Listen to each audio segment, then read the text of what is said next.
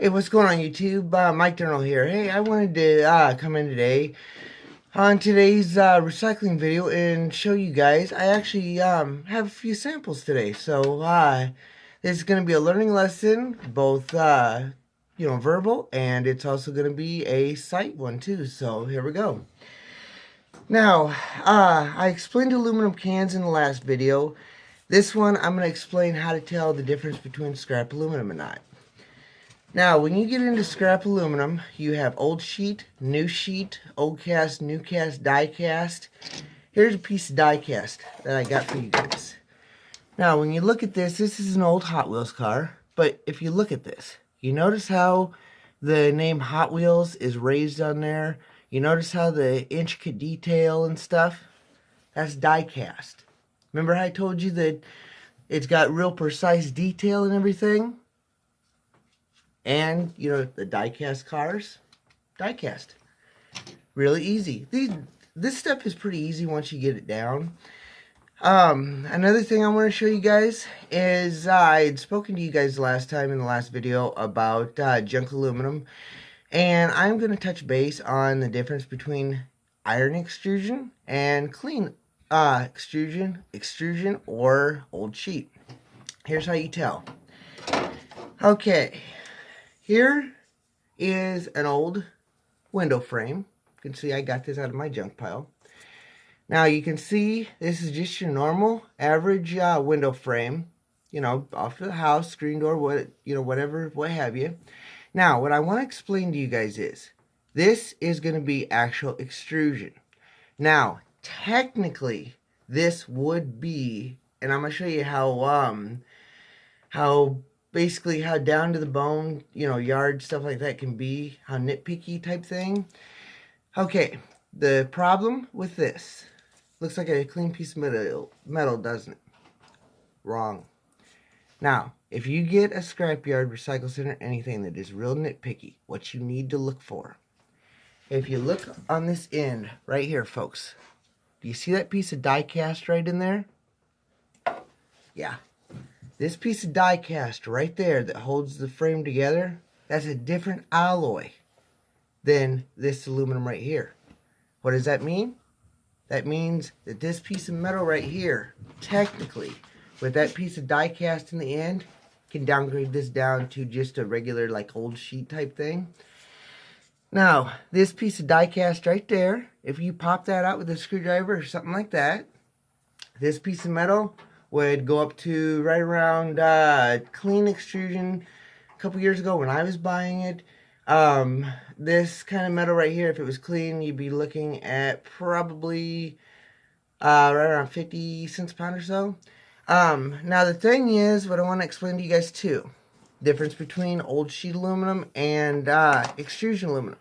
This is a bad example, and I'm going to tell you guys exactly, because I know some of you guys are looking at this thinking, oh my gosh, he's bringing a piece of zinc and going to try and pawn it off as a piece of aluminum. Before I go any farther, this is zinc. Now, the reason that I know this is zinc and how to tell zinc, you notice with the aluminum how it's got a silver tint to it, like that, held right next to a piece of zinc. Now, zinc is kind of hard to find. It was used in mason jar lids, old door frames, stuff like that, back in the 50s, 60s, stuff like that. I don't see a lot of zinc around. You're mainly going to get aluminum.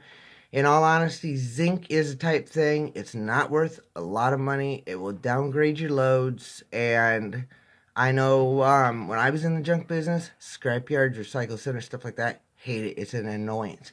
If you buy a pile of junk like this, okay, looks like aluminum, but for a trained eye, you can tell that there's zinc and that there's aluminum in there. Now, the problem is, if you buy, say, a truckload of this stuff, if you're a scrapyard, you got a semi that comes across your scale, and they got a truckload of this, say 40,000 pounds. How do you buy that? I'll tell you, a scrapyard is going to look at your pile. They are trained to look at the materials, A through zinc, aluminum through zinc. Now, what they are going to do is they're going to come out, they're going to look at your vehicle, and they're going to take a look, and they are going to pick the lowest possible material on your load. and that's how they're going to buy it. My job is going to be to give you the heads up and give you the pointers what to look for so you don't get ripped off, because there is so many things you can get ripped off. I don't want to bash scrapyards, recycle centers, nothing, but I will be honest with you guys. This kind of business is the most competition, the most you can get messed over really, really easy. Scrapyards are in it for the money. Recycle centers are in it for the money. Their entire existence, from the time they open their door till the time they retire, do whatever, their whole thing is every vehicle that comes into their place, crosser scale, anything, they are there to try and get your material from you as cheap as possible. Why, you ask? Because if a scrapyard lays out, say, $500,000, $10,000, whatever, that money is at risk. Now, how is that money at risk? Well, from the time it comes across the scale, any time of the day, aluminum cans, any kind of metals can drop. How long can they stay down? Supply and demand. They can stay down for years. They can stay down for months. They can stay down for days. The big thing is the scrap yards, the big scrap yards. There's not room for small ones, guys. If you really honestly want to do a scrap yard, recycle center, stuff like that, you need to know your facts. You need to know the ins, the outs, the tricks to protect your checkbook. That's what I'm here for, and that's what I'm going to give you guys pointers, because I have been messed over by scrap yards a lot. Let's just say that it's not the kind of business you're thinking. It's all about the money. It's all about the yards. It's all about choking the little guy out to get rid of him. How do you think the scrap yards got so big? Makes you wonder, don't it? All right. Now, getting back on the subject, what I want to explain to you guys is the difference between extrusion and aluminum old sheet. Now, this can get confusing, but I'm going to show you guys, and with a little demonstration I'm going to give you guys, I really hope you guys don't ever, get mixed up on this. You guys can review this film, all kinds of stuff. But this is one of the best tricks that I have ran into. I actually had a buddy at a scrapyard that had been in the business years. He told me when I first started out how to tell this so I didn't get messed over. I'm going to tell you. Alright, when you get into scrap aluminum, whether it's old sheet is basically a nice name, like when you get into ferrous material and non-ferrous material. Like I said before about breakage, the bad word breakage, that means that you're only going to get about 8 cents a pound. Or to clean extrusions or clean aluminum, it's all in the grading. It's all in the trick words on grading. So watch the grading, how a scrapyard grades you, or a recycle center grades you. Okay, here we go. Now, you'll notice the two pieces of metal that I have in my hand, okay? What's the difference? I'm going to show you. This, yes, it's zinc, but I can still use it for the demonstration, because if you look at the end here, you see how this is folded? See how it's got that crease going down there? And you see how it's folded right here? Real thin material. Look at this, folks. That's another sign of zinc. My thumb, I can bend it right like that. Zinc is very, very, very soft. It's got a green or gray color to it, as you can see. One of the easiest ways to tell zinc. Now, I showed you about the folding and everything. Always take a look at your junk aluminum. If you have any junk pieces, what you need to do, take 5 minutes, pick up the ends, and take a look. Now, what you want to separate out for more money is, you see how that's folded? That's going to downgrade. If this was aluminum, this would be downgraded down to old sheet. Reason for, it's a sheet and it's folded in. Okay? Now look at this. Is that folded? See how the ridges are there?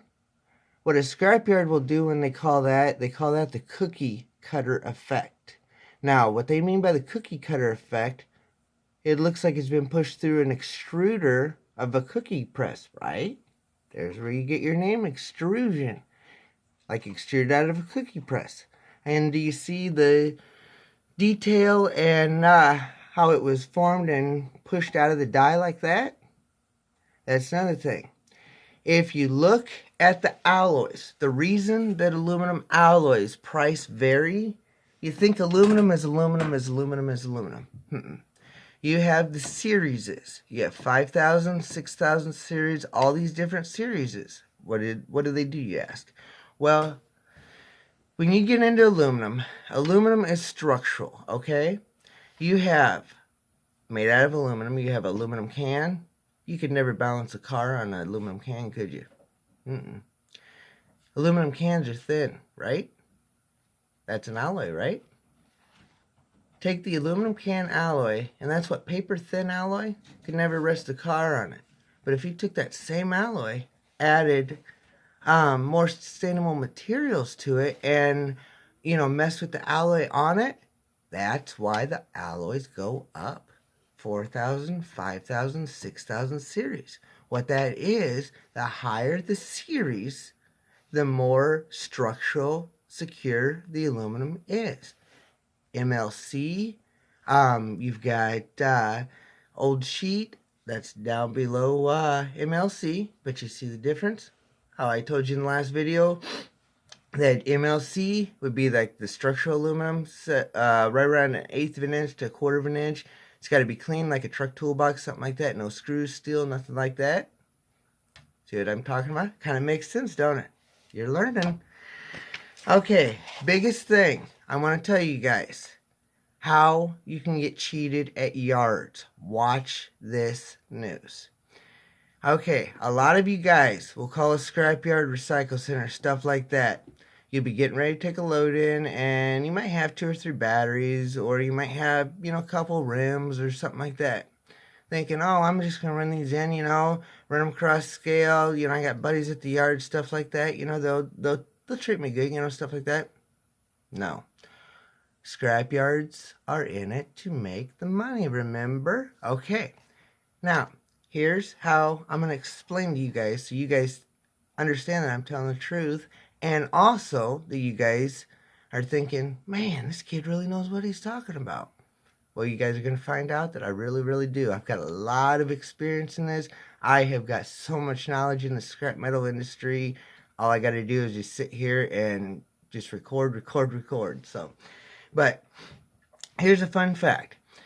When you have a battery or you have a rim, most junkyards, recycling centers, stuff like that, what they'll do as a trick to get you lured in, they will advertise that they're paying, say, $8, $10 per rim or per battery.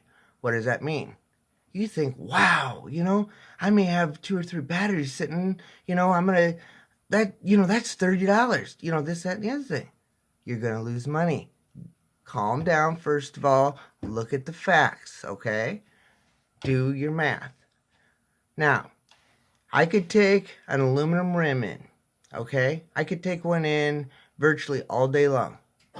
And I'm basing this off of a 32-pound rim. A 32-pound rim, scrapyards will pick a rim. They come in 16 all the way up to, I believe, like 26-inch in the junk business. Scrapyards will pick a medium size rim, medium size weight. They'll add it up and they'll make it look good. That's one of their tricks. Now, you take that exact $8 that you were going to get for a rim, and you go ahead and sell it, for the $8. You're happy with it, whatever. You got screwed. Okay. How you did that. Now, if you sold that for $8, okay, well, just and good. That alloy for the aluminum, remember how I told you that structural, and from the old sheet, with the structural wise, and I showed you the piece of extrusion, the cookie press effect? The alloy of aluminum rims is there is a couple of alloys of aluminum that is worth extremely good money. Now, these alloys, one of them, in fact, I will be telling all of them through my series, but one of the biggest alloys that's worth a ton of money with yards, stuff like that. Scrapyards go nuts over rims. Okay? Reason 4, rims are easy to stack. Rims are easy to clean. Rims are good weight, and scrapyards love them. All they got to do is just clean them. Takes 5 minutes to clean. All you got to do, go inside the bead. Some of them on like really expensive rims, stuff like that, you know, name brand, stuff like that, they actually have like a stainless steel band in the bead. What you need to do to check a rim, take a magnet. Most scrap yards that are up to par have magnets. If you go in and ask them, say, hey, you know, I'm just getting into junk and stuff like that, you guys got it, by any chance got an extra magnet I can get a hold of? Most of the time they'll have one for you. What you do, the aluminum rim is like this. You're going to take the magnet, you're going to run it down here, down into the bottom where the air goes, and then up on the side. What you're checking for, you're going to be checking for anything that a magnet sticks to. What does a magnet stick to? Ferrous material.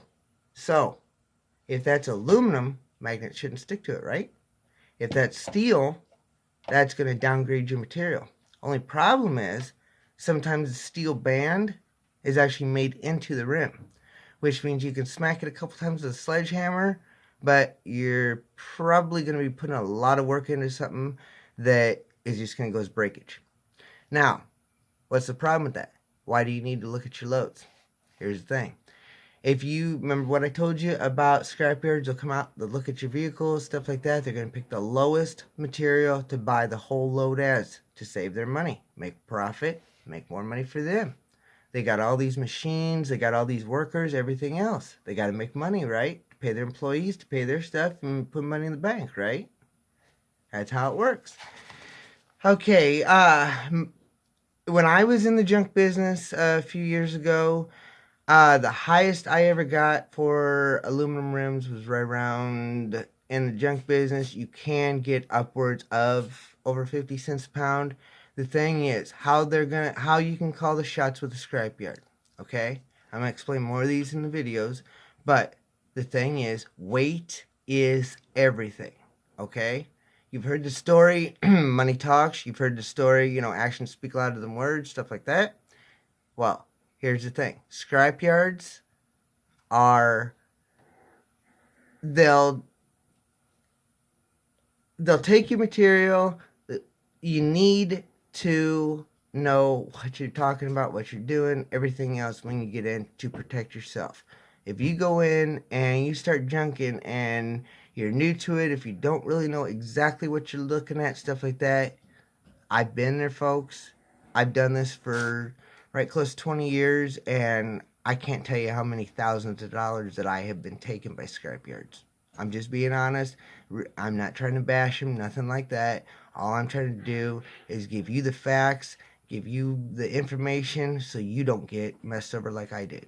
When I first started out, there was nobody on YouTube like this helping me out. That's why I'm here to help you guys. I got burnt. I got, I lost money, stuff like that. Now I'm going to give you guys the information I didn't know to save you guys from losing the same money I did. So, okay, and batteries.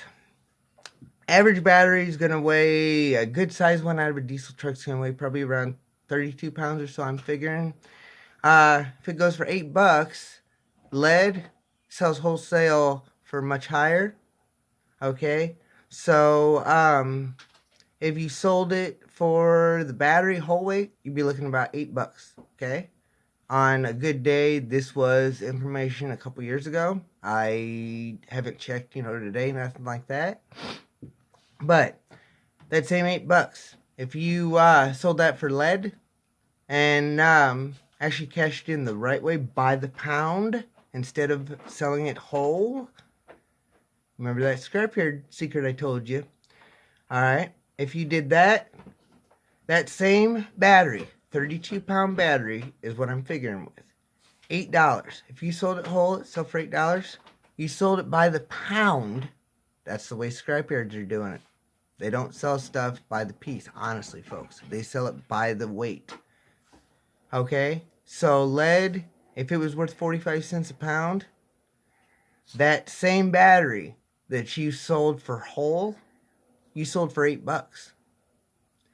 If you would have sold it the right way and sold it by the pound and really did the alloys like I'm showing you guys and teaching you guys, if you guys take my information and you guys, basically absorb all my information, stuff like that, and really, look into this and really try, that same battery for 32 pounds at $8, someone would have sold for whole, 45 cents a pound, $14.40.